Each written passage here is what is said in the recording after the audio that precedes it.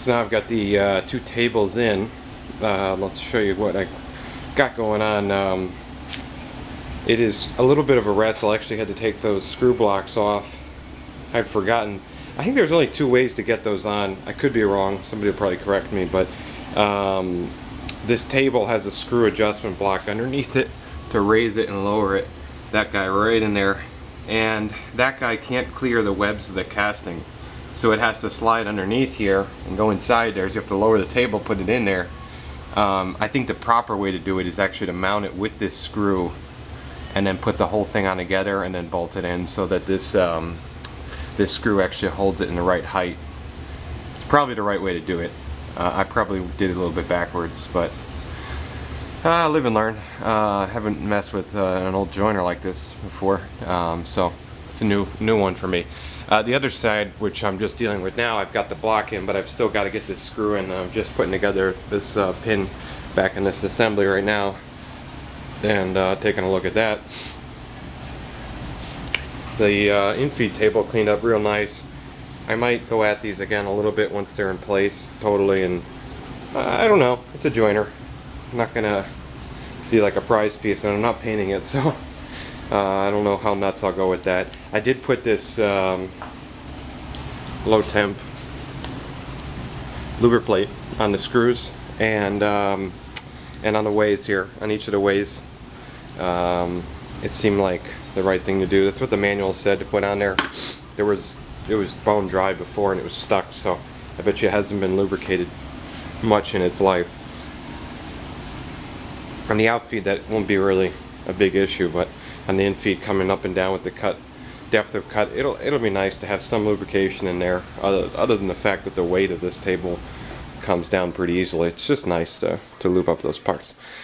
So that's that. So I got to finish putting the screw in here, then I'll drop the cutter head back in and screw that back in place, and we'll be making good shape. Then I'll put the fence back together. I've got to put the yeah, I forget what that's called. There's another piece right here that has to go back on this for the blade guard, and then the fence I'm going to put together once I have a nice table to actually work on. And that should be good. I think I might actually hit up this rabbet slot a bit more. Looks like it was painted at one point. I don't really like joiners where they paint these, because if you actually do rabbet it, it creates some friction. It kind of sucks. So that's that. Stay tuned. Okay, so note to self: next time I take apart a Powermatic PM60 jointer, go about it a completely different way. Yeah, I feel like an ass. Really, I should have realized this, because they ship new joiners this way anyways. I just don't have the means to lift this by myself. It's just too heavy, so I really wanted just to put the base on there and the two tables, but doesn't work out in my favor. You end up killing your back anyways. Be nice if I had the shop hoist so I could lay this thing on top of the base, but I just don't. So in a nutshell, you should do all three of these pieces on a bench or on the floor. It's not worth it. They intend you to put these screws and these blocks in and bolt everything upside down. It's so much easier. I hate having to use wrenches like this when you don't have to and get in tight spaces. It's a bitch. Now I'm just going to drop the cutter head in, but man, is this smooth. And that's what's nice about cleaning up all these old parts and putting some nice grease. And look at that, effortless. I can do it with one finger, and this thing just climbs really, really nice. I put some nice grease in there too, and those ways are greased in real nice. These guys will come out. This is some little hot fix.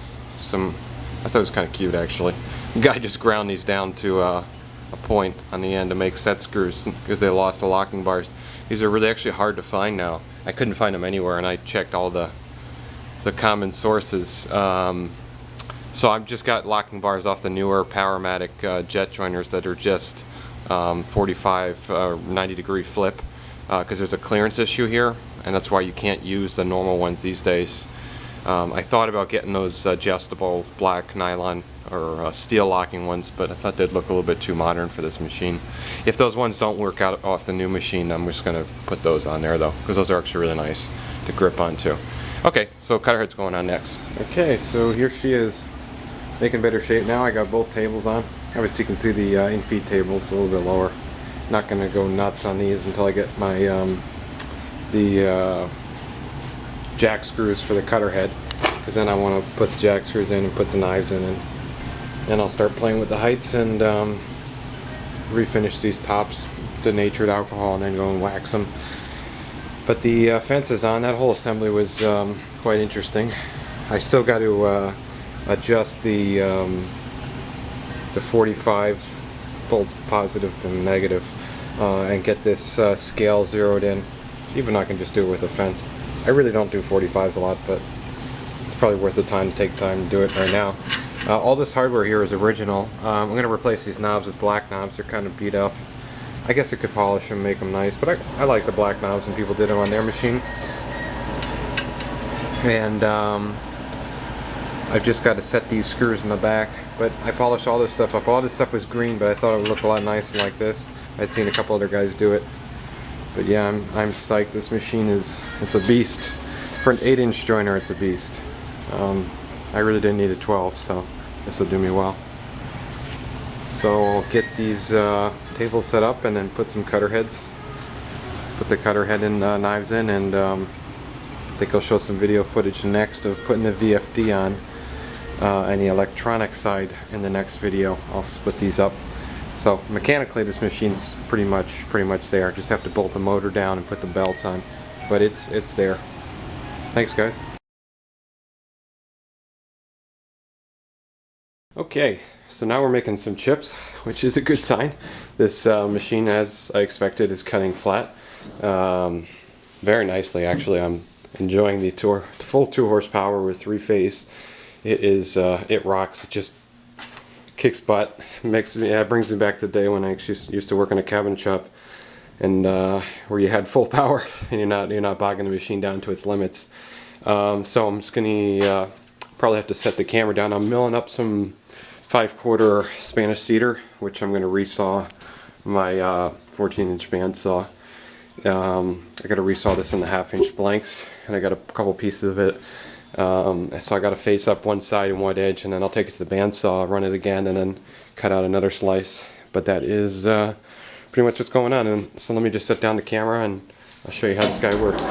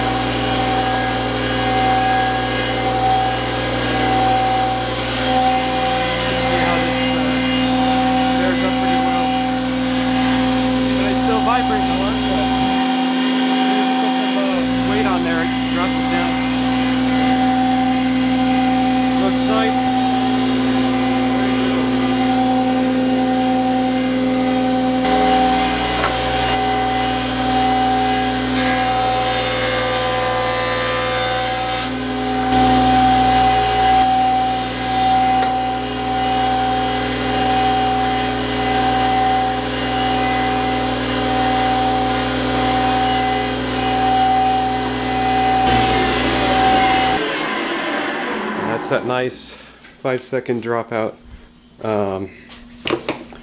which slows it down pretty quick. I think it's actually 4 seconds, but cleanup is real nice. A little last piece, not a big deal. I still got to plane this the thickness later. It's flat enough now for me to resaw. But that guy is very nice and straight, and have a nice edge here for putting on the base of the resaw. And that is that. It's a sweet machine.